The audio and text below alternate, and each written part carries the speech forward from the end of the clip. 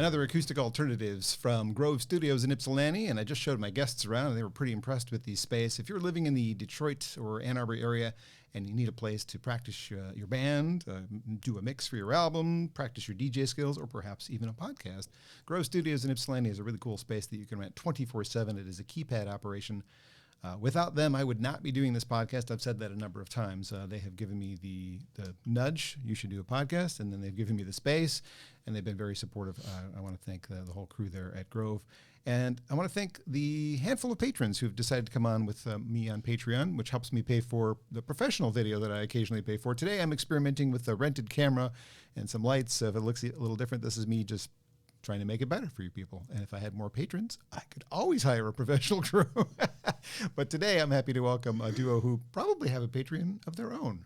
Nope. No, Goldpine does not have a Patreon page. Nope. I was hesitant. It was a weird, ask people for money. Okay, that's weird. Ask people for money for something that I enjoy doing already, even if I don't get paid for it. Oh, that's weird too. So I tried, and it was the words of Joe Pug, who said it's less than a cup of coffee if you want to give me $5 a month, and if 100 people did that, then I could afford to do a couple of pro videos for the thing. But anyway, not about me. It's about you. The duo Ben and Kassie Wilson, a Nashville-based band, 13 or 14 years married. Did you say 14? Mm-hmm. Did we just have an anniversary?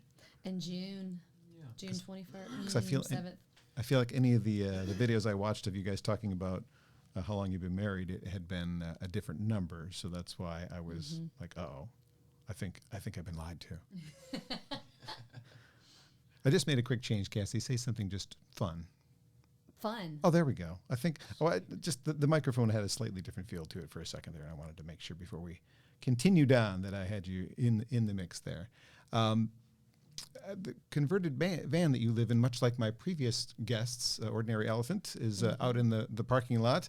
You're traveling home. You've racked up several awards over your careers. So far, you've opened for at least Indigo Girls and Ricky Lee Jones, I noticed as I was combing through your backstory.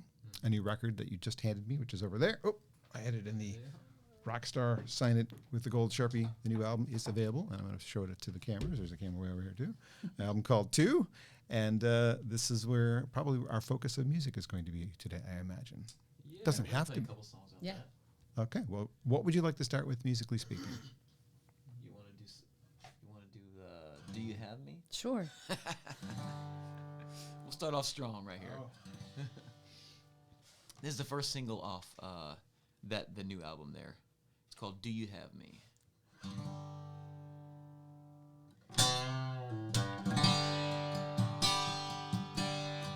I got troubles on my mind. I got a river a mile wide.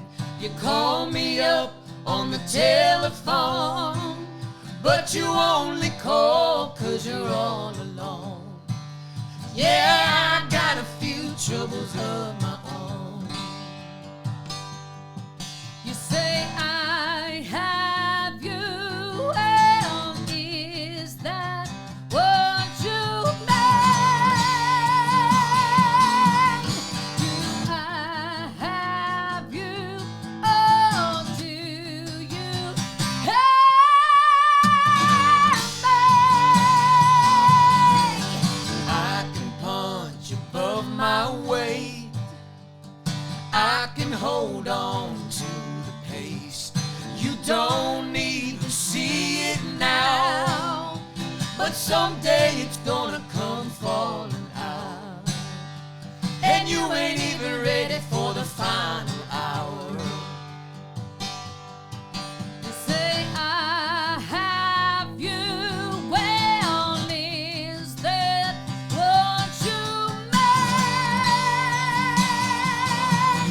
Do I have you? Or do you have me?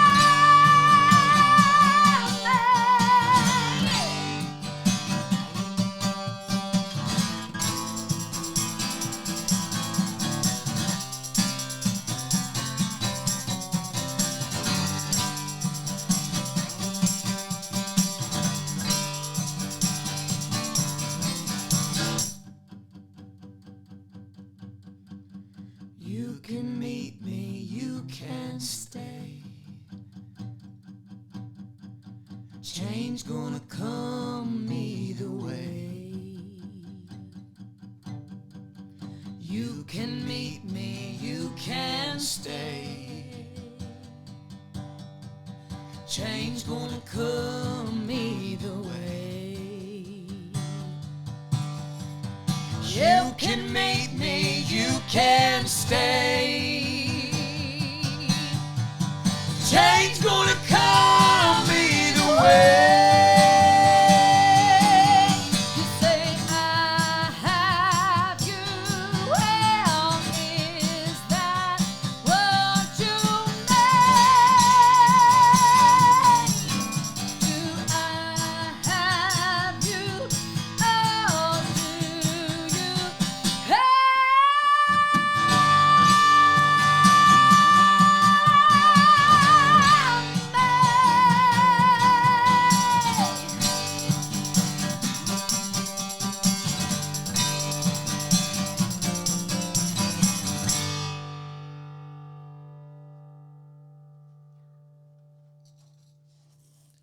Okay, holy crap.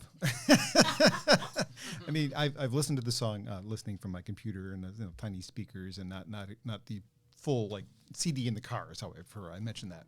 But in front of me is like, it's a tour de force. It is you better save that till the end of the show when you're doing it live because you're going to blow your voice out. That's an amazing song. Thank you. Thank you so much. So good. Goldpine is the guest today on Acoustic Alternatives. Do You Have Me is the name of the song from Two that starts off the album, and I am happy very much to have them in the studio. Now, we first met as I brought you on stage earlier this year at the Nor'easter Festival on a cold June day. It was so cold, and we had just flown in from Montana. We're And- probably not that much warmer there. Well, not much, but I just wasn't expecting it to be so cold here. And we flew from Montana, so all I had was like a blue jean jacket it was super old and had holes in it, and a tank top. Oh, yeah. I was so cold. Unprepared for I wasn't ready. June isn't normally like that in Michigan. I know. Yeah, I wouldn't expect it to be. We're usually like, ready to be warm. And it's usually not quite this cool this early in the year in September and August, too, which we've had weird Yeah. temperatures. But it was still a wonderful performance, and it left an impression. And then when you reached out to me and said, can you be? I'm like, oh, it's a busy week. I don't really have a lot of time to prep this one, and I'm doing stuff that I'm like, God, but do I want to miss the opportunity? No, I don't want to miss the opportunity. Well, thanks. No, I'm glad you guys reached out because it would have been, I wish I'd have had them when they were in town because they were playing right in between, like the place that I record is between the two towns. It was so perfect. Yeah, It was so perfect. Perfect storm. So what are you going to do about that? So we're going to focus a little bit on each of you, talk about your back histories. And since Kassie is got the voice that really powers the machine, I think, I hope this is a compliment. As I was listening to the two records, I'm feeling a lot of Brandi Carlile. I'm feeling like thank you. I'm feeling like if she had to go down and she was scheduled to do a show, you could step in. Oh my gosh. And she's one of my favorites. She's one of my favorites too. How could you It's an honor for you to say that. What a nice compliment. I would gladly be her understudy. Yeah, that's really what I meant, an understudy. But honestly, I can't hit those notes. Like Are you sure? What did I just hear a second ago? she's in a whole new stratosphere. If she did that song, it would sound a lot like that. Brandi, I would love for you to do that song. Brandi, if you're listening, I mean, I have interviewed you twice before. Maybe you remember me. No, anyway, that's Thank you. yeah, that's a good comparison. I know it's hard. Artists generally probably don't want to be compared to somebody else when they're. We need a point of reference sometimes. I was going to say, to me, it doesn't really matter. I mean, the thing is, when someone is, they're doing it as a compliment, and they're doing it because they're finding some connectivity to something they already like. Right. So to me, I don't mind, and I do the same thing to other people too. Well, an old story from my past.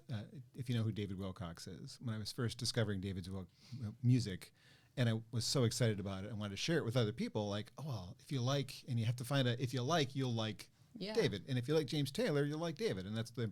And I told him that once. He's like, well, we're not really the same. Like, I know you're not the same. I wasn't trying to say like you're copying James Taylor. I'm just saying that in a category of singers, that's who you remind me of. And if you're a fan of James, you're going to be a fan of David. And so that's the point I'm trying to make. That's what Spotify does. That's what everybody else does. Right. I was doing it. Yeah. I was doing it It's a 20 good years thing. ago. So anyway. You were way ahead of the game. I know.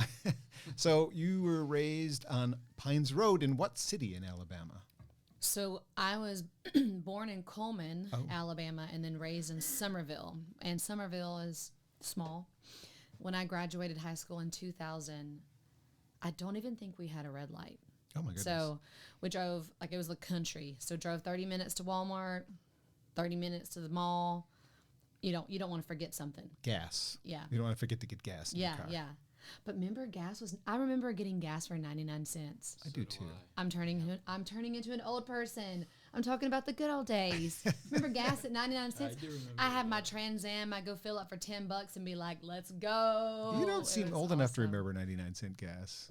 I don't think you're old enough for that. But okay, if you say so. I like him. What kind of things were you doing on those country roads? Good things, bad things? So my daddy collected muscle cars and would restore them to their original self. And so there was this, when I think of Pines Road, it just makes me smile. There's like this straightaway, like a long straightaway before you take the curve to go to our house. And we would I remember my drag racing down that road. Like I personally wasn't doing it, but I was in the passenger seat with my daddy or my brother. And I remember I would love it. Say we'd go to the gas station and I'd be sitting in the seat beside my dad and there wouldn't be, it wasn't even finished. It just had the seats in there and he'd like drop it and then it would just throw me back. And I remember as a little girl, I was always like, I loved how it would just, he'd pop it and it would go so fast and throw me. So that's kind of, when I think of Pines Road, I think of just that straightaway and, beautiful too, because it's like you have neighbors, but you can't see them. Like they're very far away. So literally just like country life, country living. And it was pretty peaceful and wonderful and cool to grow up that way. But I cannot imagine living that way now. Well, what did you do for fun then? You didn't have a phone. I mean, that was that. I know. Didn't you peel out over snakes on that road? I did. We had a lot of rattlesnakes and a bunch of snakes, and so we'd all just peel out over them to kill them. Well, yes, so they didn't kill you. So we would save the children that were playing. Yes, that's what it was. Yes, we did that. I played softball, and I was very involved in school. So pretty much anything you could do, I was involved with it. And because there wasn't a lot to do, So I was a cheerleader for a number of years and played softball and ran track and just did everything. And where did singing come into play? I started singing in choir. I just remember auditioning for choir when I was maybe in going into junior high school, and only did it because I liked it. Never thought I wanted to pursue it as a career. Just thought it was fun. Yeah. Another activity to do to not be at home.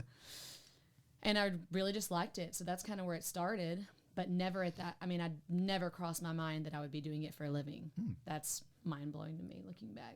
What did you do in between making a living at it, which is hard to do as folk musicians, but I'm using air quotes, and then did you have jobs that you enjoyed that you put on your resume? Before I did music full time? Wow. So I moved to Nashville when I was 19 years old.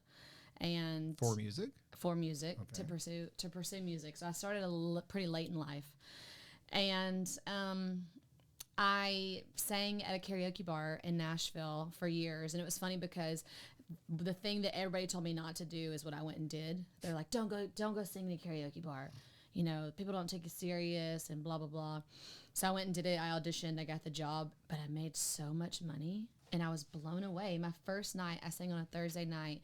And me and the other girl made $400 each in tips. That's and I was good. like, I could do this.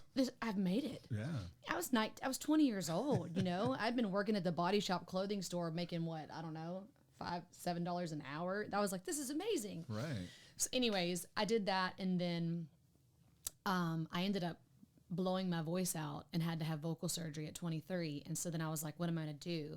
So I started bartending, and I didn't drink hardly at all. So I went to bartending school to learn how to make drinks. And then I bartended for gosh, almost 10 years before I fully quit to do music full time. And we've been doing music full time 10 years. Yeah. It's working out okay, I think. Yeah. I feel like it. For me, as Grateful. a fan. I heard in an interview you did last year, you mentioned Boyz II Men, Toby Keith, Lionel Richie. I'm like, I'm trying to find a line between those three. Your country soul voice. Yeah. That's kind of what developed. So country soul is kind of what I called it when I moved to Nashville that I was pursuing, because I just grew up listening to like I said, what I really gravitated toward was like Boyz II Men, Montel Jordan, Lionel Richie, Sisters with Voices, and just Aretha Franklin. I just loved soul and like R&B. I just loved it. But my mom and dad listened to a lot of country and all that stuff, and so it was in me. And when you hear me talk, you're like, okay, she's country. Sure. And so it just, I don't know, just kind of melded them together. And that's kind of, I was so open to so many different musical things. That's why I just kind of shoved them all together. And I'm grateful for that. I'm glad they listened to everything. Sure. Because it really opened my ears to everything. Well, I threw Brandy at you, but who do you think are your vocal peers in the current music scene? Like Brandy Carlisle, but for sure. Ben introduced me to her music when we first started dating, which was like 17 years ago. And one of our wedding songs was The Story. Oh. And I Special place in my heart for that one. love her voice. Who doesn't? Dummies. Oh, sorry. Right? People that don't know. So I love her, and I love Laura McKenna. Just saw Laurie. Did you? At the Arc. Yeah. With nice. Marcarelli on guitar, Marcarelli opening. Yeah, great show. Yeah. I like her. She writes some pretty fantastic songs, that girl. Yeah, she speaks to my heart. Yes. I know how you feel. Well, I'm glad that music found you, even if it wasn't like the thing you decided at 6 years old you were going to do. You found it later in life. It's pretty cool that way. It's pretty cool that way. And Ben comes from, it seems like a contemporary Christian influence. Again, if I'm doing my back research, if that's correct, you can correct me or maybe say, yes, that's right. Yeah, grew up in Iowa and listened to, like my parents mainly listened to worship music and CCM, Christian contemporary music. And so I grew up on that in high school and then, up to high school. And then in high school, I guess I started branching out and listening to alternative folk rock, or alternative rock. And Counting Crows was a huge influence on me. And That first album's a gem. August and everything after. And it was just, it was kind of a game changer for me, hearing somebody like Adam Duritz in the way that he could emote. I don't know. Sometimes you didn't understand what he was talking about, but it didn't even matter because you just felt something when he was singing it. I agree. And I loved that. And so that was definitely a big influence on me. Just that raw feeling in the vocal. Yeah. I have, generally speaking, a large music collection which has many genres of music in it. And I actually do have a section of contemporary Christian music, a couple of boxes full. Who were some of the ones that you were drawn to back then? Probably in the CCM industry, I probably wasn't drawn to very many. But that's just what my parents listened to and what was kind of my background. But then in high school, as far as in the Christian industry itself, I started listening to more, I don't know, almost punk rock stuff. Okay. So let's see if you know, oh man, I'm forgetting the names of these bands now. Sorry for the quiz. I haven't thought about these in years. It's your life. I thought you'd know. Well, how about like Reliant K? Oh, yeah.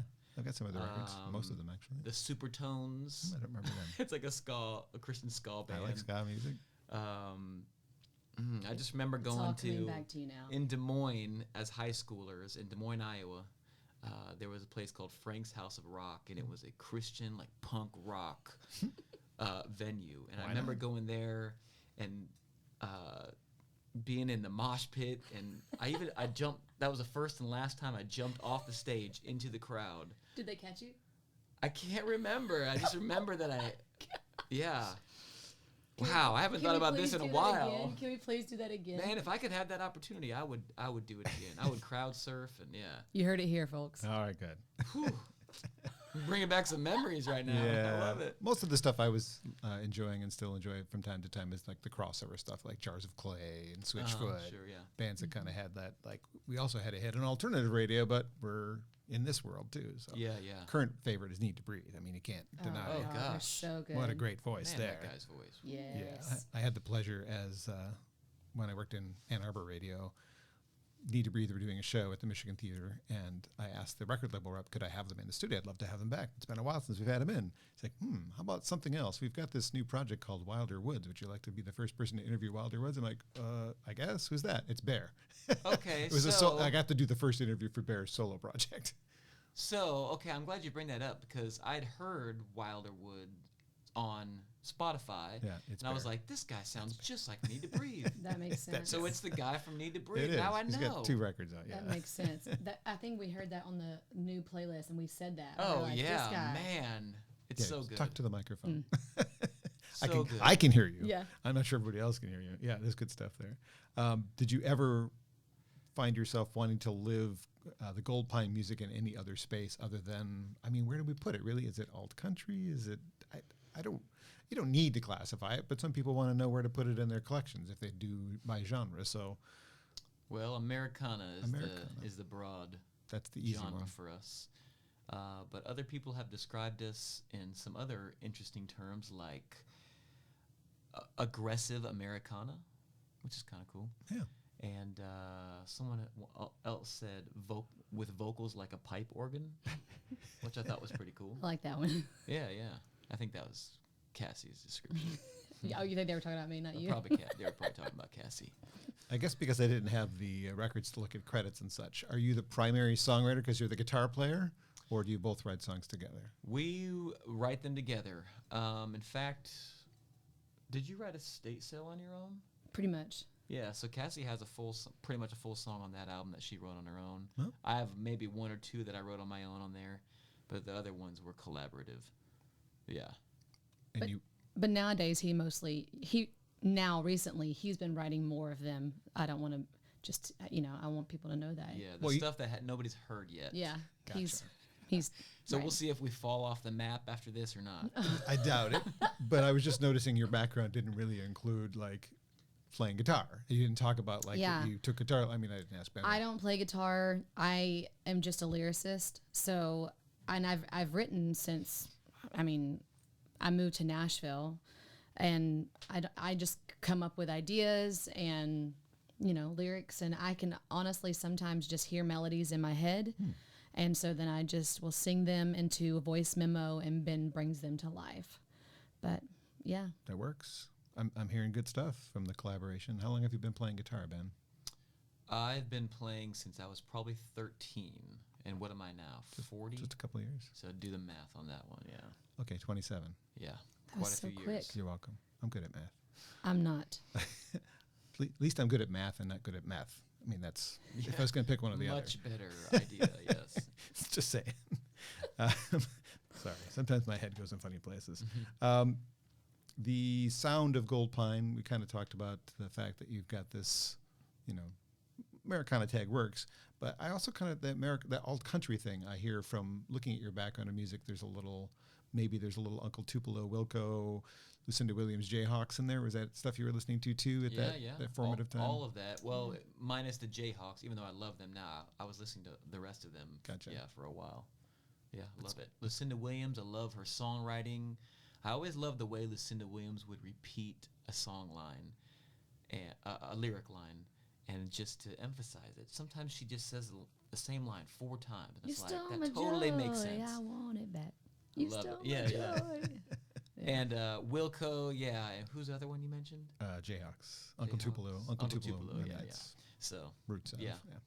Well, you're also wearing your heart in your shirt, oh, John as opposed to your Prine. sleeve, because I know he's got to be an influence on what you're doing too. Oh gosh, yeah. And I wasn't introduced to John Prine, or I was introduced to a lot of stuff when I moved to Nashville. I'll say that. Yeah. Because I was in a very narrow musical place when I was in Iowa, and so introduced to John Prine and country music in general when I moved to Nashville in 2006. And John Prine is one of my favorite songwriters.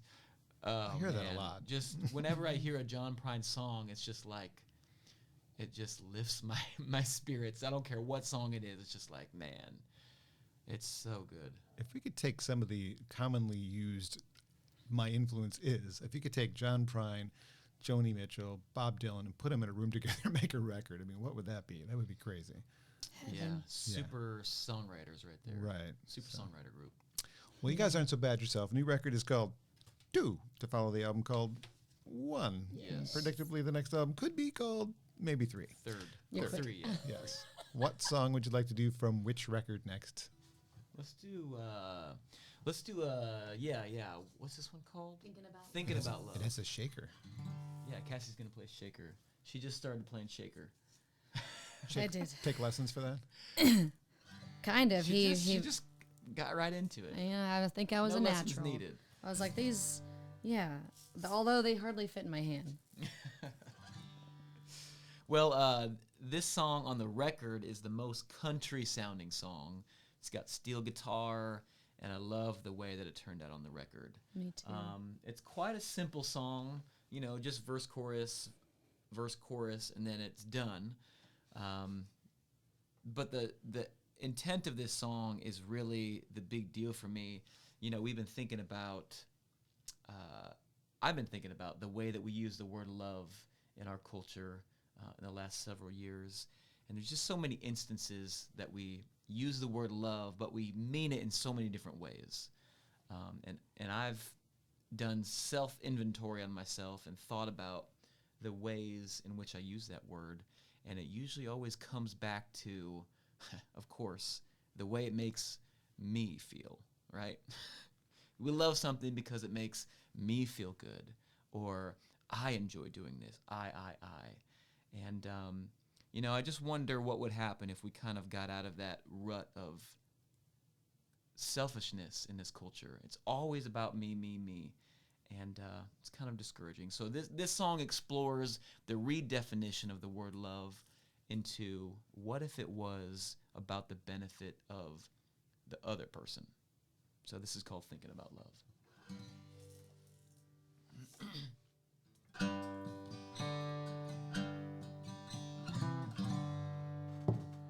I misused,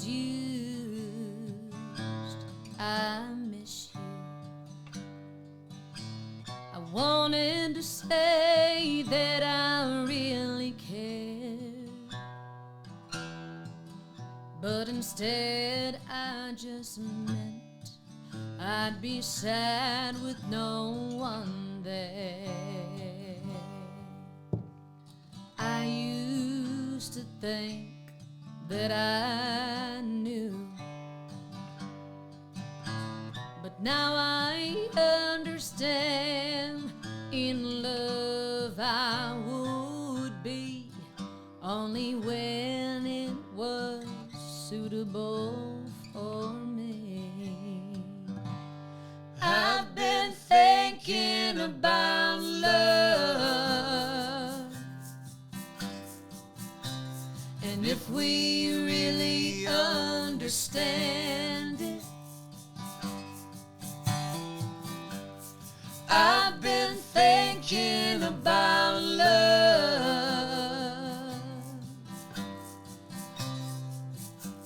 and if we deserve to have it,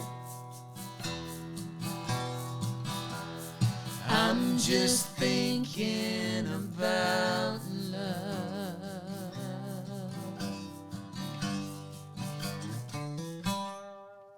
I could take a cue from a friend of mine about how to hold on to what's falling through my hands, but I always end up where I began.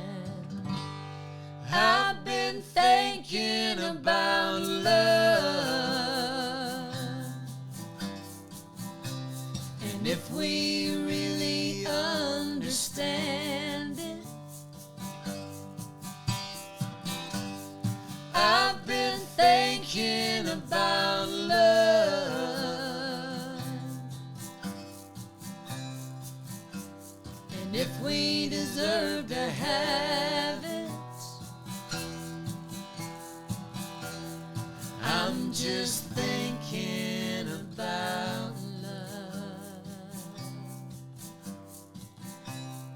I'm just thinking about love. I'm just thinking about love.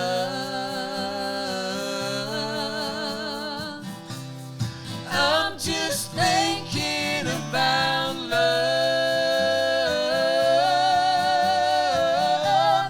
I've been just shy of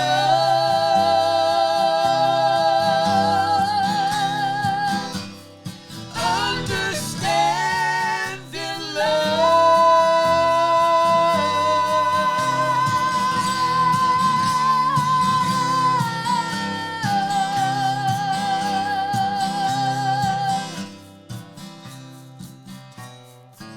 I misused. I miss you.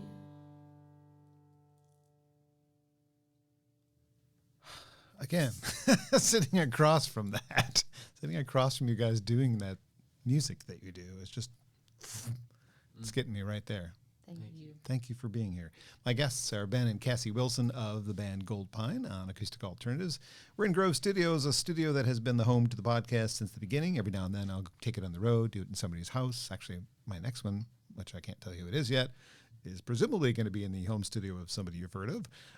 That's pretty cool. But every now and then, like somebody plays a piano, I got to go to their house. But most of the time, this is a perfect spot for me to do the podcast. It's comfortable. They're really kind. Grove Studios has a motto. It says, get out of the garage and get into the studio. And it's really affordable, 24/7 operation here. Look them up. It's Grove Studios, Ypsilanti. Cool place to do your band practice, do your mix, do your podcast, whatever it is you like to do. And it's a good place for me to make new friends as well. Yeah. Goldpine are here. Iowa is not, I'm not dissing the state that you come from. It's merely an observation. Great way to start a conversation. I know, but it's an observation that, like, music is the thing that I identify with the most, and I know a lot of songs. And there's not a lot of songs that remind me of Iowa or even go there, other than Dar Williams' song called Iowa. So since you're actually from there, do you know that song? I don't. Dar Williams has a song called Iowa. You need to look that up. And it's a great song. And I would love to hear Kassie sing it, but she doesn't know it, so she can't sing it. I don't know of songs that remind me of Iowa either. The closest I can get is Omaha. Yeah. That's Nebraska, kind of you know, gross. kinda gross. Yeah. Yeah. Right. But Iowa, you know. But we had some. Wasn't there some musicians? Oh, I'm thinking of John Wayne. I'm thinking of the actor John Wayne. John Wayne's Yeah, from that's Iowa. right. Mm, But he doesn't write songs. So, Field of Dreams. Field of Dreams. Yeah, yeah. Is this heaven? No, it's Iowa. Are there any other notable musicians from the state that we're not even thinking of? Oh, you know. Are you the only one? know. Are you representing the state? It's just me. Yeah, it's just me. That's why you had to get out of there. We lose. I mean, Michigan has a lot of musicians that have left us and gone to other places to become a little bit more well known. But we've produced a lot of music, so Oh, for sure. Yeah. I'm glad to work in this hotbed of actually the kind of music you guys do. There's a great scene. So Yeah, you know, we've been to Michigan several times, but just in the last couple times that we've been here, we've realized how knit the music community is. We played the Nor'easter Fest, we played the Nor'easter Fest, and We just played at yeah. Mike's, the Kirby Street House concert. in Detroit With Kirby Mike Street Ward. House Oh, yeah. concerts. Yeah, Yeah. which was super cool. Lake Orion tonight, 20 Front Street, and then Grand Rapids for the first time last With tour. Travis. I With think you know Travis. Atkinson. I don't. Okay. You'd love him. Okay, something I need He's to look another into. local. Yeah, played at Midtown over there, and it seems like just everybody knows each other throughout the state in this songwriting community. And you guys got a lot of festivals going on. We and do. It's cool. It's a cool place. So we'll be coming back. You should move here. Yeah. Well, we hardly live in Nashville. I anymore, know. You know. You could just park your car anywhere you want. You can leave it here if you want. Home we is might where you sleep park it. The online presence, I mean, working out of your home and your vehicle, you're doing such a great job. Your photos, your videos, everything is like super professional, and I would imagine with that kind of professional level that I'm seeing that you'd have a label backing you or somebody like funding you. And I know it's hard to make a living doing what you're doing because it's not, you're not going to play to 800 to 1,000 people every night. You get those nights, you get those opening slots, but like you're doing a great job with the resources you have. The point of that. Thank you. I don't know where you're getting the resources, but You're looking at it. here it is. We do it. You reinvest yourself. We do it. The commitment that you've made to making it look like Well, thanks. serious. You know, we do a lot of work. Yeah. There's a lot of people who aren't in the music industry who don't really understand what musicians do, and maybe I don't understand what other musicians do exactly. But I tell you what, like, we usually do 4 shows a week when we're on the road, but in between those shows, we are, you know, if we're not driving, if Cassie's not driving, we're always marketing, emailing, we're in the van booking, we're responding to people, we're doing social media stuff, we're making videos, we're songwriting, and it just feels like it's a lot of work. If I was a solo artist, or if Kassie was, I don't know how anybody would do this. Like, to have one person doing all this, it's just not possible. Were you ever a solo artist? Either of you? Kind of. We both were, although we didn't tour as a solo artist. But we're so much stronger as a team, you know, and we allot time daily. Like like if we're not playing a show, we literally work 8 hours and act as if though it's a job. You should. And we, Take it you know, seriously. it's so consuming, and like I thank you. I'm so glad that you see the work we're putting in. I do. But of course, I'm ready for the day when we can have a load taken off and somebody else do it, and then we can just focus on our art, because it's it's just a lot it's of work. life sucking. It's not good enough just to be a musician and a good singer anymore. You have to have It's all the not, other skills. The other In fact, skills. you don't even have to be that good of a musician. If you work hard, it makes up for it Yeah. sometimes. Yeah. It's crazy. If you know how to get the attention on And whatever, I TikTok. know. Well, how much music was released under the moniker My One and Only? How much did you put out before you switched names? 2 full-length albums and several singles. Yeah. And then also we had I had 2 solo albums, and Ben had 2 solo albums. So there's tons of music out A lot there. of history, yeah. Do you ever delve into those back catalog songs as Goldpine? No. None we of them. Not don't. even My One and Only. Yes. We have re-recorded a My One and Only song Okay. on Goldpine's first album. Which is, Oops. dropping And things. then at the live shows, we do play a couple My One and Only songs, yeah. Because you've been around for that. How long did you have that moniker? Like 5 maybe years? like 7 years. 7? Yeah. And the name change came. I'm going to say one reason might have been for the name change. When you Google My One and Only, you're more likely to get the song "You're My One and Only," and it's or the play, And a play. yeah, or it's not as good of a Google search as Goldpine is. Yeah. So I don't know if that's the reason you changed it, but it's a good reason. What's the reason that we changed it, Ben? So, you know, it's hard to pick a band name. Yeah. I mean, it's just really hard. And so when we picked My One and Only, it was a long process of going through names and scratching some. And so we picked My One and Only because of several reasons. 2 artists becoming one, you know, we were solo artists, being married, 2 becoming one, and then our one faith in God. And so, but the only thing that women would hear when the person who was introducing us on stage, now introducing My One and Only, the women would just, Oh that my is gosh, so that's so sweet. Oh, you guys are so cute. Oh. And That's it not what wasn't. you weren't going for cute. It wasn't. Yeah, cute was didn't- not what I was It going didn't for. bother me. It didn't bother me. So that was a big part of it. Yeah, And Goldpine. if it was a mouthful. Yeah, 4 bit, syllables in a yeah. band name is a lot. So Goldpine is a little more edgy. I think it's easier branding. Yeah. It looks cool on On a merch. t-shirt. I was very resistant. I'm like, this is gonna be us starting over. We're gonna have to rebrand. I don't want to do this. And I'm so glad that we did. And it wasn't as hard as a transition as I thought it would be.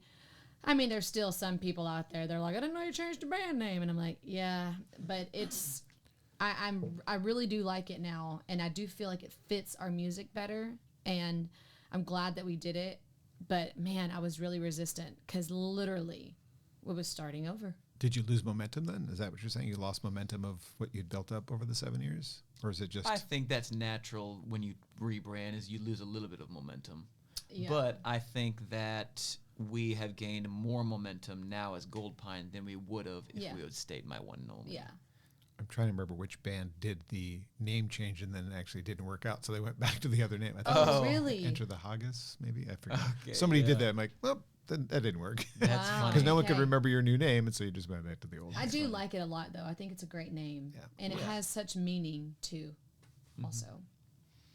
Well, I'm still admiring how relentless you guys are for pursuing what you're doing, because Thank you. it's worth doing. I mean, you're making great music, and it isn't what's being heard on the radio every day, but that isn't necessarily what's important to you. What's important to you, Yeah. I imagine, is just making great music that connects with people.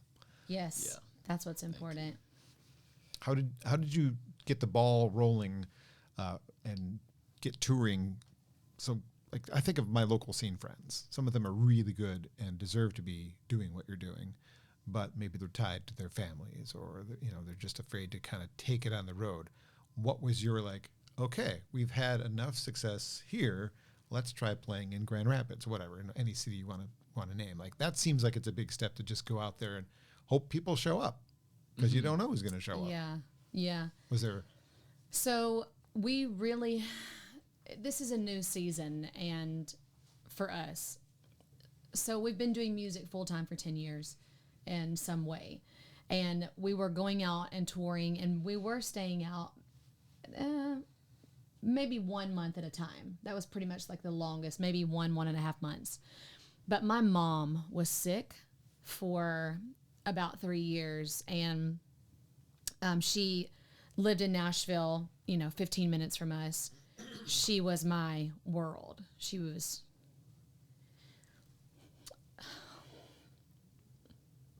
Sorry. It's fine. Ben, step in. It's weird because sometimes I'm totally okay, but anyways, just being transparent, like I never would stay away from her, and I didn't want to. We were so close, and she was amazing, but we ended up losing her 2 years ago, and I never would stay away from her, and I didn't want to, because everything we did, I would be like, this could be the last birthday, this could be the last Mother's Day, this could be the last Christmas. And I can full-heartedly say I have no regrets. Like, I was there with my mama every step of the way, and I wouldn't have did anything differently. And, we had to turn things down or not be able to do things because of it, and it's okay. But when she was in the hospital the last time, I told her, I said, I'm going to go all in now, when we knew she was going to leave us. And I said, I just want you to know that. And so this past year, because people are like, oh my gosh, you guys, this year we're going to be playing over 200 shows this year. And people are like, that's so crazy. And I always can't go into the lengthy explanation like I can now. So I'm grateful to be able to share this for people to hear it. But, we're able to tour in this new season, and this is a new time for us because we can now. And I also don't want to take away from Ben is the hardest working guy I've ever met, and he has done so much work. He does everything for us. Like, he does our booking. We did sign with a booking agent last year, but they only do big shows, festivals, and opening acts and stuff like that. And they're amazing. And it was such an answered prayer. It was honestly exactly, specifically to the T what we prayed for and we got from them. Wow. And they allow Ben to do all the booking that he wants, and they take nothing from him. And it's a very rare. That is rare. It's very, I'm telling you, it was straight from the man. And so Ben spends countless hours, and he does so much research, and he is so knowledgeable in this. But what's so amazing about Ben is he's so giving. And any musician that talks to us or asks, he helps them and wants other people to be able to play and do shows like us, and gives, and he doesn't just hold on to the information. We put a lot of years, and he's put a lot of time into it, and it was very, very stressful, because he used to do my booking as a solo artist and then did himself and now does us. but it's just a new season, you know? And so we're able to be out there 200 shows a year because of Ben. Thanks, Ben. Gee, I'm right here. I know. You're talking about him like he's dead. No. I know. Booking used to be the worst thing for me. When I was booking for Kassie for solo, I mean, it was just the worst way I could spend my time. I hated it for years. But it eventually got easier over the years when you would build an Excel sheet and a connection with these venues throughout the country. And so it's gotten a lot easier throughout the years. I'm thankful for that. Yeah. That's good. That's good. He's really good at it. Well, I might need to take some tips from you. I have a friend I'm trying to help, so we'll talk. We'll talk. All right. Before we continue, were we doing 3 or 4 songs? Because that changes how I proceed. Do you want to do 3 or 4 songs? Whatever you want. We can do Another 3. song. Oh, If Yeah. we're doing 3, then we're going to save it. Okay, we can save it. All right. If you want to do Let's 4, save it. if Let's we're save if we're doing 4, we'll do. I like the talking. Me yeah. too. All right. Fair enough. So the new album is called 2. Tell me a little bit about putting this one together. Where did you record it?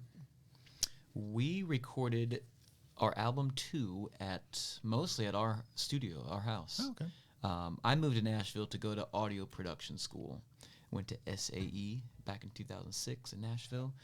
And so now we've got the studio in the house, and I've done several projects for independent artists out of that studio, as well as most of our records.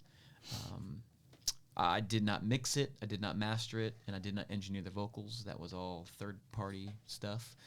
But yeah, a lot of our blood, sweat, and tears right upstairs in our 3rd floor of our house. There you go. Hard-earned money.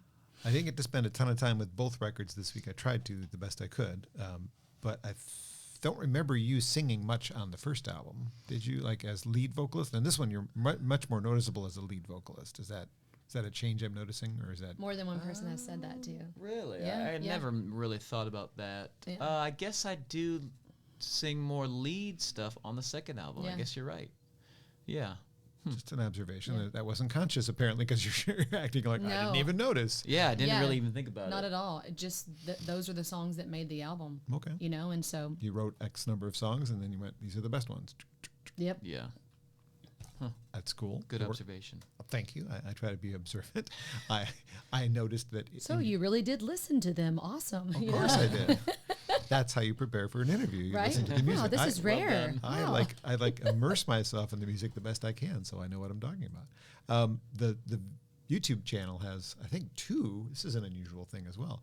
2 instances of the national anthem, which is kind of cool, actually, because I have on more than one occasion, I think twice, discovered an artist that I followed because I saw them sing the national anthem and said, "Who was that?" and got their Interesting, name off the scoreboard so I could look into them later. One of them, I love that. her Facebook post yesterday was like, "Big news! I'm going to be on The Voice." I'm like, "I remember when you sang the national anthem at the Tiger game, and I played you on the Nice. radio for the first time, and you recorded yourself reacting to hearing yourself on the radio for the first time, and now you're So going to be on The That's Voice." so awesome. Look at that chain Yep. reaction right there. Yeah, Yeah. but the point of the story wasn't that. It was more that I hope that people are doing the same when you guys are out there singing it. Like, wow, they were really good. I wonder if they have any records, because, I mean, not why else would you sing the national anthem? I That's hope not so. why else. But it's also a good way for people to just stumble into you. They didn't Yeah. come to see you. Yeah. They came to see whatever team you're singing Sure. for. That was But- our first time singing it at a game. That was at the Nashville Sounds baseball game. Yeah. I think there's 2 different videos with national anthem though. So Yeah, one of them is probably like us singing it in the van in our or at van. the Something house. like that, It was that was our audition. yep. Probably. We've used that for a Yeah, yeah. submission video.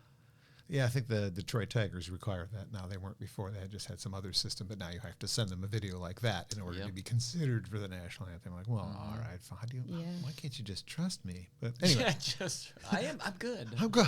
Seriously, promise. you don't I'm want doing me. I also discovered that along the way there has been some missionary work, and I admire that. I don't, because I've never done it, don't know how costly that is to an individual who is doing it, like to just put themselves out there to do that. Like, instead of making your living for 2 months or however long you're on your mission trip, Yeah. like you have to give up everything to do that. So tell me a little bit about that. And Ben almost dying, we can include that in there if you'd like. I don't you like know that about part, that? because I read. Yeah, we've been to Rwanda, Africa 7 times, and we first started going on mission trips. And those trips were through an organization that would focus on visiting particular orphanages. And we would go each time that we would go, we would visit the same orphanages and see almost all the same kids. And so throughout those 7 years, we've been able to kind of build a relationship with a lot of kids in Rwanda, which is super cool, rather than just going like one place 1 year and a total another place another year. We're still in contact with a lot of these kids. In fact, we started sponsoring one of the kids in the orphanage starting the second year that we went back, and we've sponsored her for 10 years. Her name is Kevine. She's about 16 years old now. And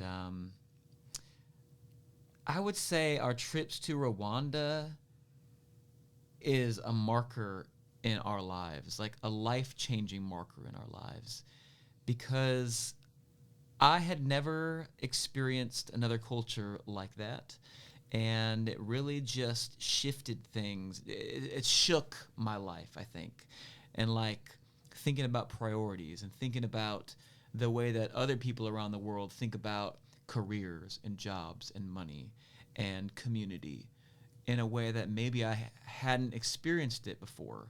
It just shook everything about me, honestly. And I don't know, do you feel that same way? Yeah, I mean, it shifted our mindset. And I mean, clearly it was impactful. We went back 6 more times. And each time we would go, we spend a month over there. And then we ended up also going to Uganda, and we have a sponsor son there too. And we work with a couple different organizations and ministries there. And we've been able to do like youth conferences, and in Uganda, free youth conferences, and giving them music and touring with other musicians, local musicians, teaching on sex ed, teaching on hygiene, all these things. And working with the Benjamin House, which is the sponsorship it's so hard for me. Why is that word so hard? Reunification, family reunification, and words are hard. Just sing, but yeah, it's impacted us huge.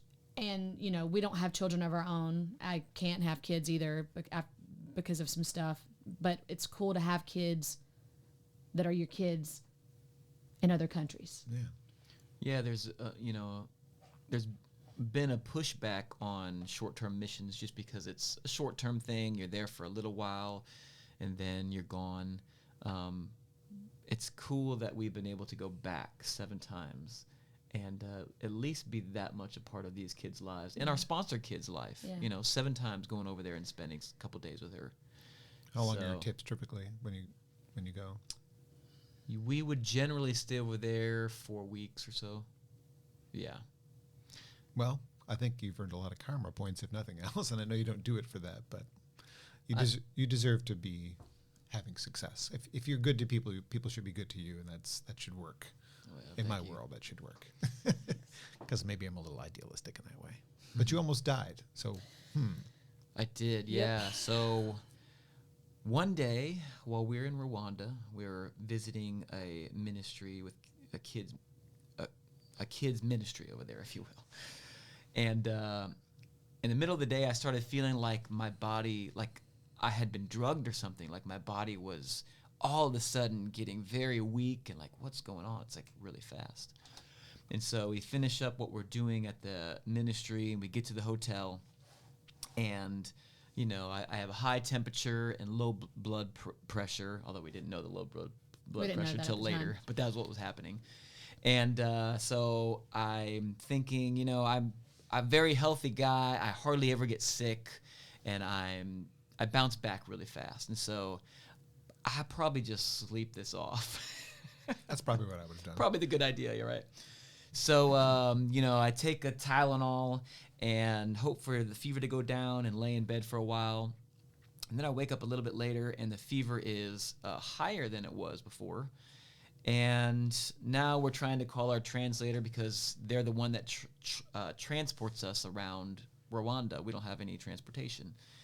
But it's late at night now, and the translator's not answering. Turns out she was in bed, her phone was like in another room, right?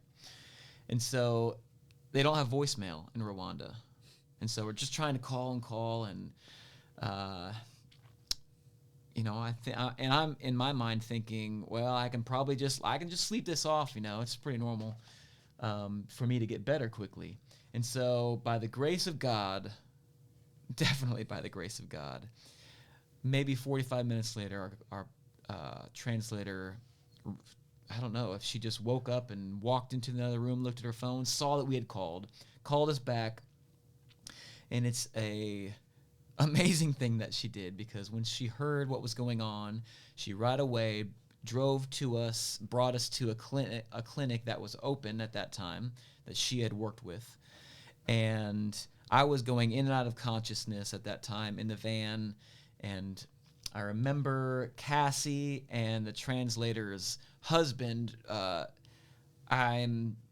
There's one on each side, and they're dragging me up the steps to the clinic because it's on the second level. And I'm in and out of consciousness. I remember seeing my feet like drag up the steps and into the clinic, put me down on these rainbow bright sheets on this clinic's bed, dirty bed, looking up, seeing electrical wires just running everywhere with like a light bulb hanging from a wire, like that type of thing.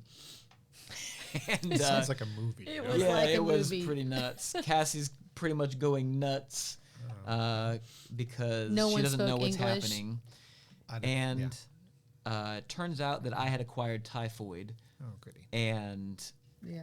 high temperature, low blood pressure, throwing up things. The clinic's trying to give me things but I'm not keeping them down because I'm throwing them up. Another thing too is they could only, because it was a clinic, not a hospital, they couldn't give you anything through injection. Yeah. So that was the problem.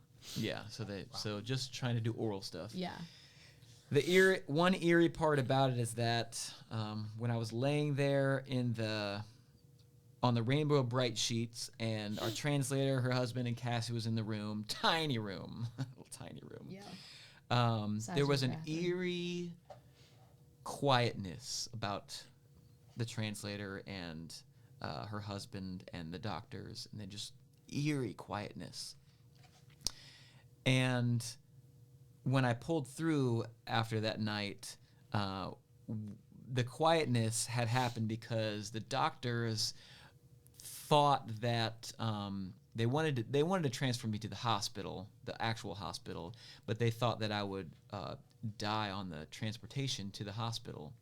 And so the quietness was about, people probably thought I was about to die. But they thought I was wouldn't gonna translate die and tell me anything in that room.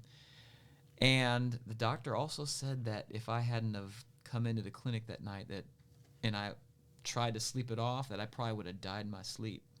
And so I just thank God that the translator called us back at that time, you know.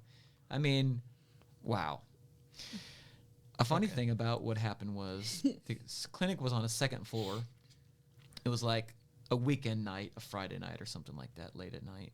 And on the first floor was a dance club. This is Rwanda. Okay. And so all I can hear when I'm possibly about to die is people just having the time of their life downstairs. And it was like just EDM music. Ben's about to go. Ben's about to go. It really is how it was. Oh That's all you could hear. That's crazy. But So he's here. I pulled through on that night and made it back. So I'm glad, because now I get to meet you and get to know you. And I'm sorry I made you cry twice now. That's a first. Making my guest cry. It's probably because I'm in menopause. Maybe, but sorry, wasn't my intention. Just no, seemed like a story worth telling. And it is. He's still here. it was good. nuts.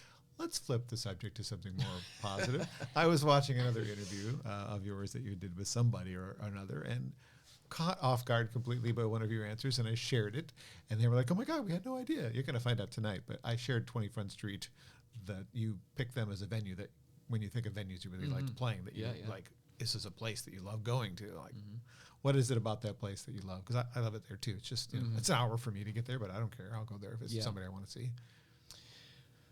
You want to answer that one? No, you can. I mean, you can. We've only played there once. We played there one and time. it was that impactful? Yep. And tonight is the second time we'll be there. We love venues that are like 100 to 150 people size. And that particular one is just set up so well with the stadium style, pews. Totally ornate wood around. So everything just feels natural, warm, purposeful. I mean, it's like a mini Ryman auditorium over there. Nice. And the owners were the kindest owners Ever. and the people that worked there were the best of most venues that we ever go to. I know. Coming in the back, being so considerate, not being in a hurry for things, not being businessy. I mean, it was just So present. yeah, And for the love of music, too. I love yes. music. So wow, it's just all And around. to be greeted by both of the owners to come and to hang out with us and have for me, I love hospitality. I love doing hospitable things, and so it means so much to me. Like they had like this amazing hummus and stuff and wine and it was above and beyond in every way possible. And then as if you couldn't love it anymore. Before we walk out, both of the owners said, I don't know if you mind, but would it be okay if we pray with you before you go on stage? And we were like, this is the greatest venue ever. We were like, yes, you can pray for us. It was perfect.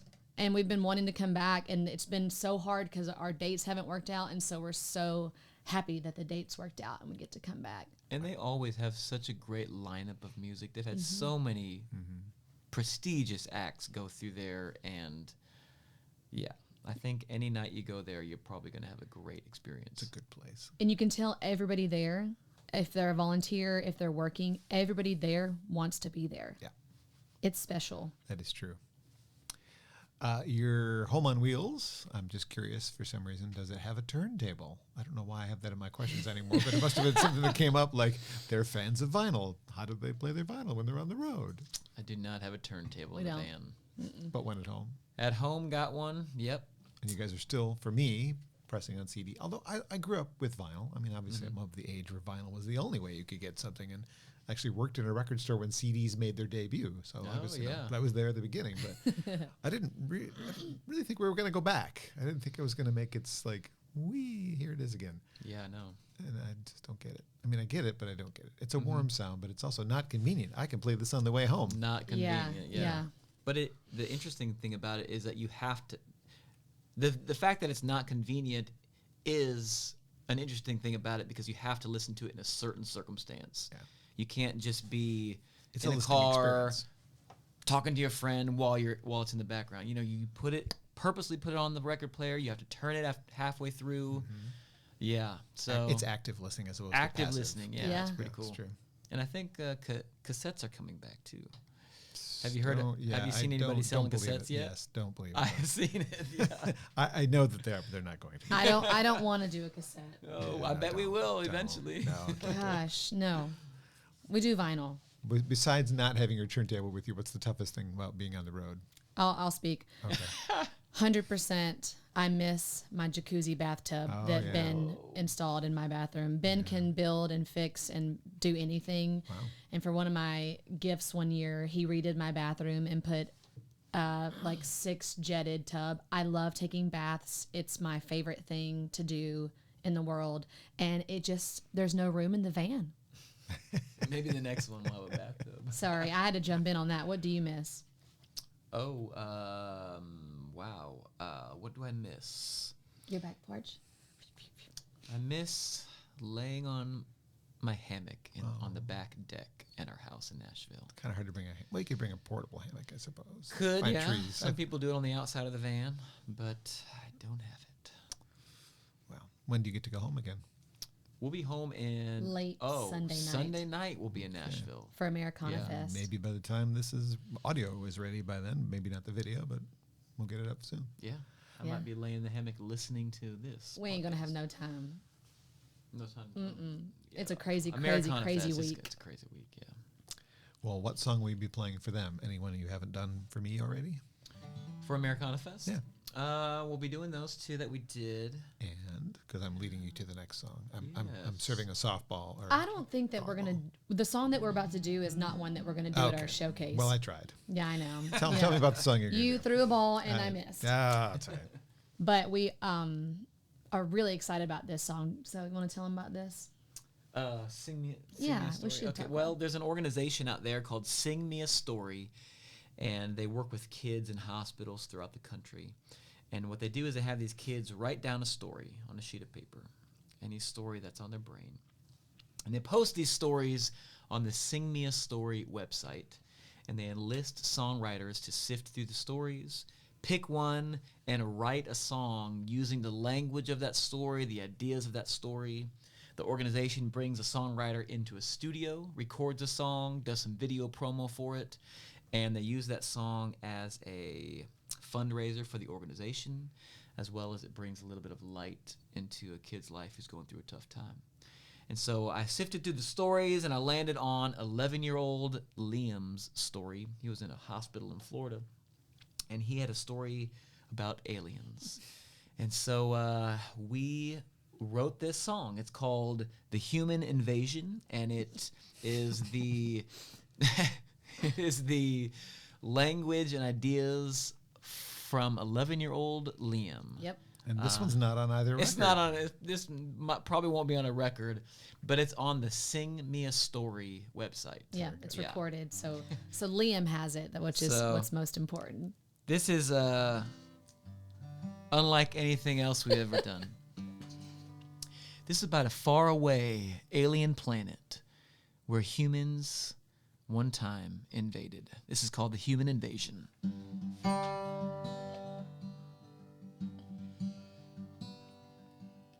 On a planet far, far away, there lived 4 extraterrestrials. Their names were Bob, Tom, Lucky, and the 4th was Mr. Al, but the rest like to call him Mr. Boss. And one day, long, long ago, a rocket ship landed on their soil. And behold, inside were the humankind. So Bob, Tom, Lucky, and Mr. Boss went away to hide. But Mr. Boss stepped out from behind his rock when he heard the humans begin to talk. They said, "We are looking for aliens out here." And Mr. Boss trembled with fear. And the humans rolled their eyes and they said, "Get in this ship! Come on, let's take a ride." Then Bob, Tom, and Lucky stepped out from their hiding place, and all the aliens started singing in this way. "We are the aliens and we want you to go. We are the aliens and we want you to go.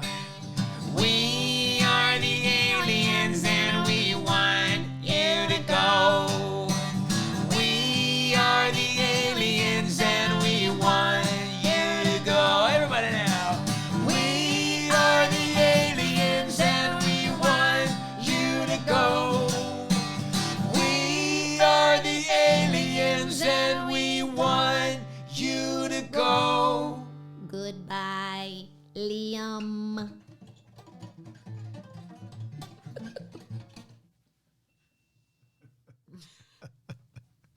If there's any question whether they had a sense of humor, you've just found out. Goldpine are my guests today on Acoustic Alternatives. Good way to combat the story about your death. I appreciate that. That's the balance in life, right? And if you want to see more humorous things from this band, by the way, you go to your YouTube page and look at the bottom where they have their. Let's just take, for example, the Carpool Karaoke, where you made no effort to look like James Corden, but you at least tried to look like Dolly Parton. Yeah. Appreciate that. Oh my. You can also find music videos they put together, their albums, and their albums are available physically. I think they probably make more money if you buy them physically than digitally, but find a way to support this band. They're doing great things out there. Thank you. One more question, but I've only been to Nashville once. I know that's weird because I'm such a big music guy, but I don't do a lot of traveling. Next time I come, can I stay in your Airbnb? I guess it depends on if you're on the road, or do you still have it? Yep. We do still have it. Yeah. Yep. That's another thing come about the on hospitality by. I like. I'm gonna we come would by. love it. I would be nice to stay in somebody's home that I like. Well, it's real cute too. You'd like it. It's We did- filled with stuff from Africa that we Oh, brought. yeah. It's Maybe I already rented it because the one time I went, I felt like it was decorated like that.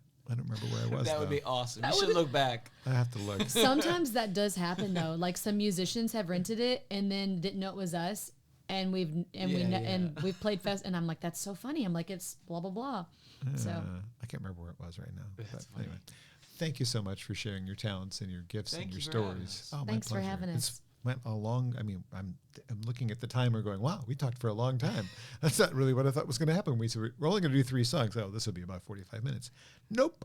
I love it. It's good, Love good it. conversation. We love- I enjoyed the thank you conversation. for having us. Thank you to both of you. Thank you to Grove Studios for being excellent hosts for me. And look them up online again if you're looking for a place to practice your band or do a podcast or get your DJ skills up to snuff. Your beat mixing that I can't do. I've been a mobile disc jockey for how many years now? Almost 40.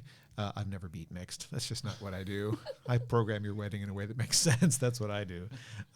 Support me on Patreon if you think that you find value in what I'm doing here, and maybe encourage this couple to look into that too, because it's not a bad idea. It's a little extra money to help pay for those missionary trips. Whatever it is to help you guys do what you do. And I hope that you have continued success on the road, and look forward to seeing you again. Thank you. Thank you. More podcasts coming. Again, the next one, if it materializes, you're going to go, wow, how'd you get that? So thanks for being here.